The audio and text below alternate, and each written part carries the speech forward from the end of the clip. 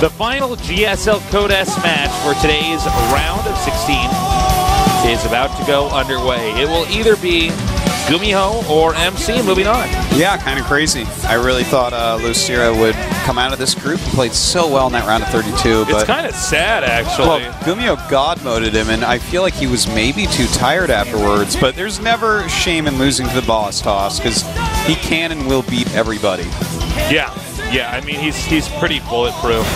And I think it's going to be tough for GuMiho here. I think those last games for MC, they looked easy. GuMiho has to recoup. Yeah. And he had some time to rest. But he definitely did. Those were long games from MC. They were, Especially that second one was like 40 minutes. So yeah. GuMiho should have a pretty solid state of mind, and I think that it looked obvious enough that MC should win for long enough that he should have been thinking about PVT mostly. So we'll see how this goes for him. What are these guys going to do here? You know, MC, I think we could say going into this probably the favorite simply based off fatigue. He also has a lot more experience getting deeper into Code S. Yeah. He's even got the popularity advantage, so I think GuMiho will probably gain a lot of fans after today's games. Well, let's see. I want to talk about it a little bit more. The map is Akalon Flats, one of our newer maps. It's a port from the beta of Heart of the Swarm. Yep. Starting to mix in more Heart of the Swarm-ish type maps to get people ready. Yeah, get us segued properly into this. All right, guys, let's get hype. Here with GuMiho and MC, who will move on to the round of 8? We're going to find out soon.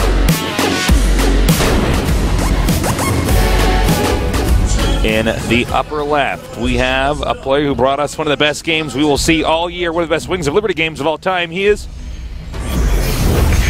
FX GuMiho.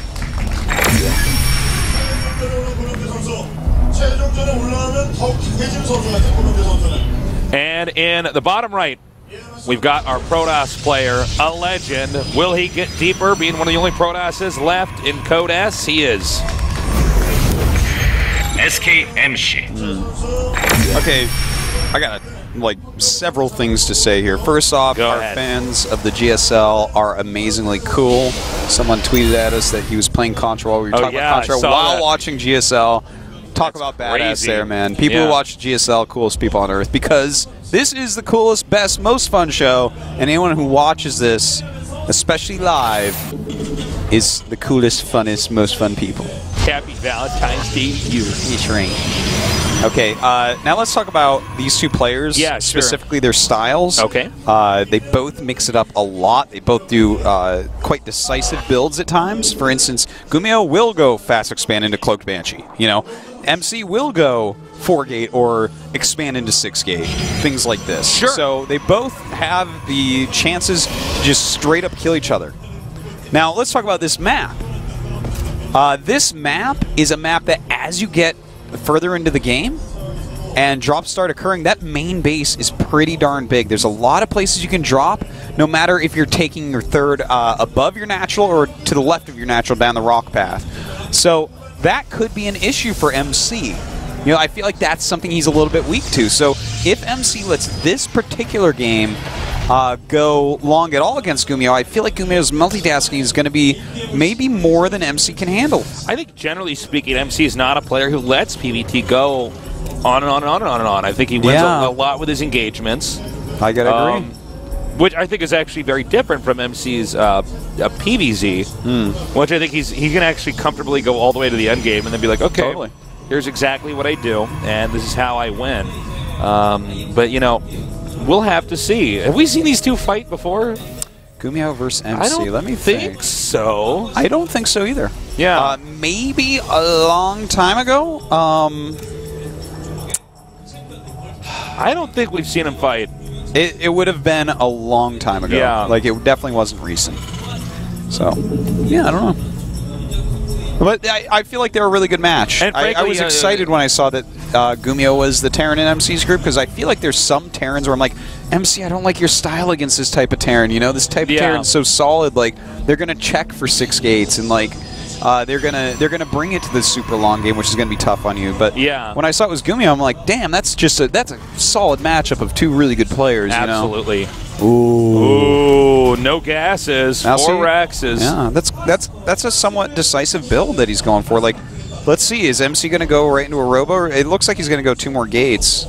We'll be seeing in just pretty quickly here. Oh, the gas. Definitely looks like it's going to be a robo.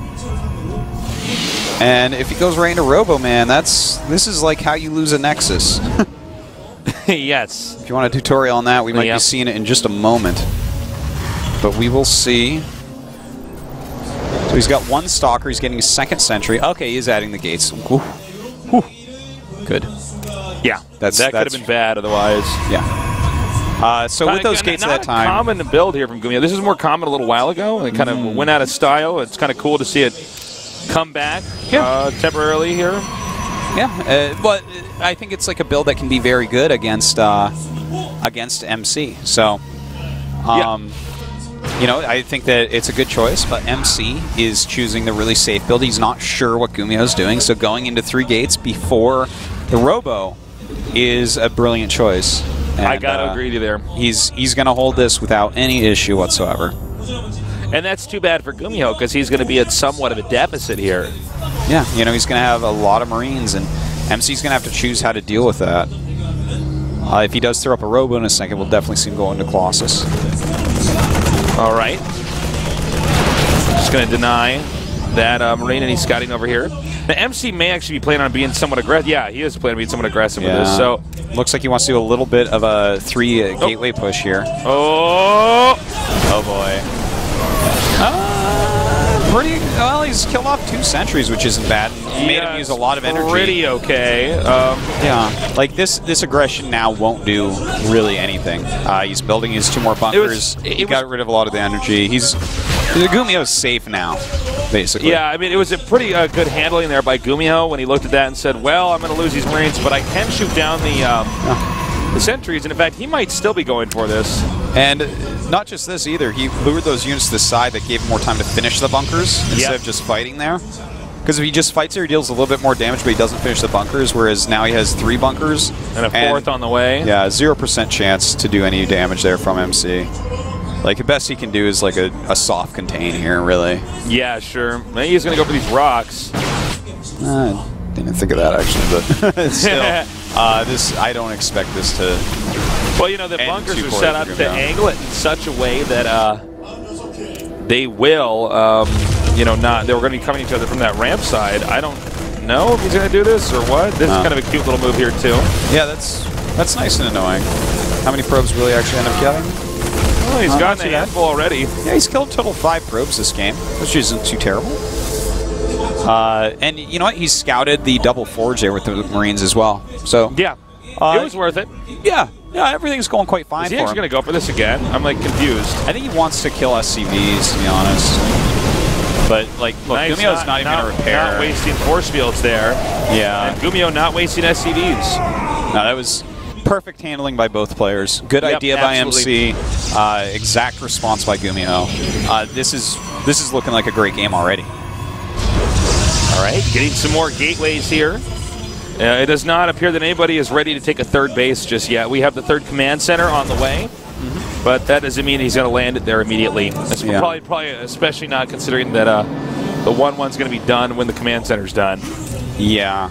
The you know, once he gets a medevacs out, though, against this gateway heavy army, when you get that much pressure early on by those units, you know that they don't have like a ton of tech that can deal correctly in an offensive manner with Marine Rod or medevacs. So he's going to know, especially after seeing the 2 forges, there's no timing attack that can stop his 3rd. So he can take his 3rd, he can be safe. There's... You know, the only way he can really screw up is by overcommitting to an attack.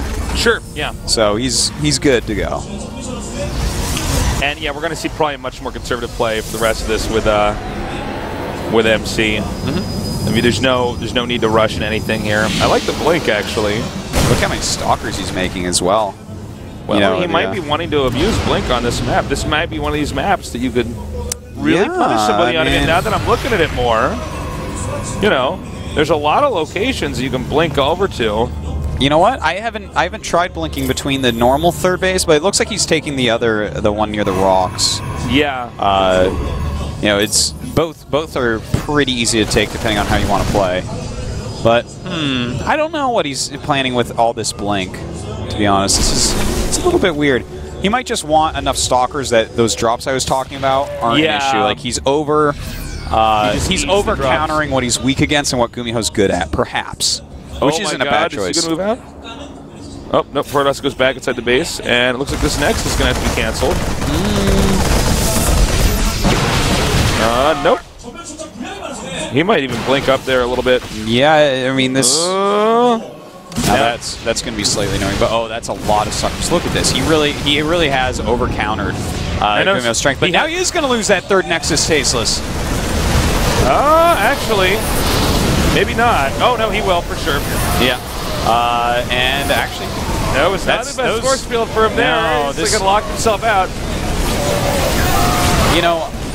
Whoa, this is getting messy, man. Yeah, see, this is that point of the game. Sloppiness. This is that point of the game I was talking about before, where this is what GuMiho's good at, and this is what I feel like MC's weakness is dealing with stuff like this. So MC's taking quite a bit of damage here. The one thing really going for him... He did get those medevacs, though. Yeah, and he does have 2-2 almost done, whereas GuMiho doesn't have 1-1 yet. So when he hits 2-2, that's going to be a very scary moment for GuMiho. Yeah, absolutely.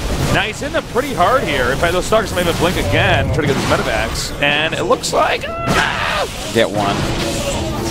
All right, gets one. Now, remember, he sold the bunkers. He salvaged the bunkers.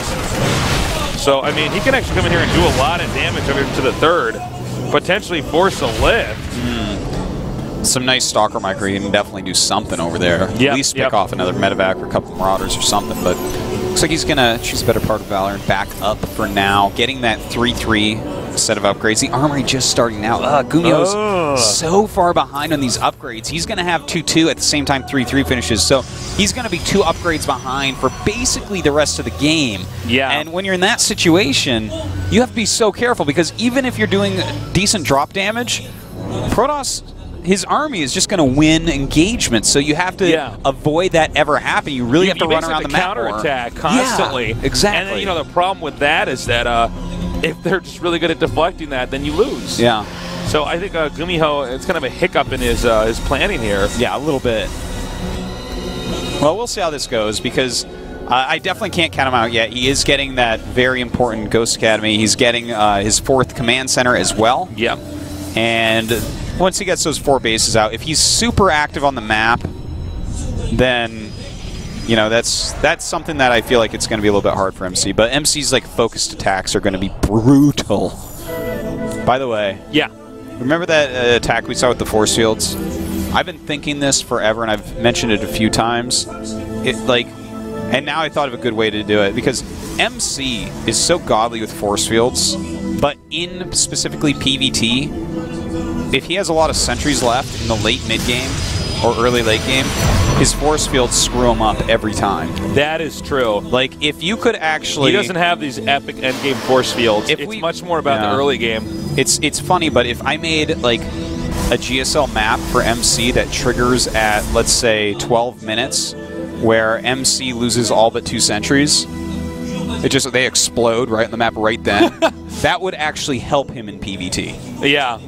Well, we saw that engagement with the force fields where he locked out his zealots. This is not good, man. You can go through countless MC PvTs, and like he over force fields late game. He has like way more units, and he force fields like he has way fewer units. I think his force fields PvZ are okay. Oh yeah, always. But I think force fielding PvZ is actually a different beast. Definitely, I would agree. You know, you want everything cut up because you're not using as many zealots. Right. Whereas this, it's kind of like isolating. Run. Nice. Nothing feels better than getting an observer out of a scan alive, but that didn't work that time, did it? No, it did not. This is 3-3 upgrades against 1-1. Now also note he's got 6 Vikings now to... down 20 supply. I don't think it's going to matter. Oh my god. These upgrades, Tasteless. He can't attack like that, though. You got to keep your units together here, and in fact, MC kind of bundling this up the ramp. He needs to step to the right of this expand, target that Nexus down. There you go. This is how he has the command center. Yeah. Now, perfect. He turns around. This is a sign of a smart player. He doesn't overcommit. He backs up. Terrence upgrades just now finished. It looks like he might want to try to engage up here in the front. Nope. He turns around again. Psystorm is being researched. He's pulled all his SCVs.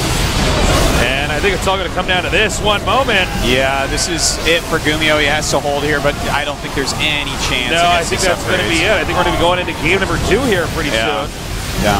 As he has just shaved off too much of this Terran's army. The 3 Colossi in the back still dealing damage. The Thermal Lance helping out so much right now. Yeah. More Zealots coming in here to soak up the damage in the front. MC has done this just right, and GuMiho has fallen. He is dead this game. GG. Jeej. Yeah, man. Jeej Luigi, indeed. Okay, so Indeed.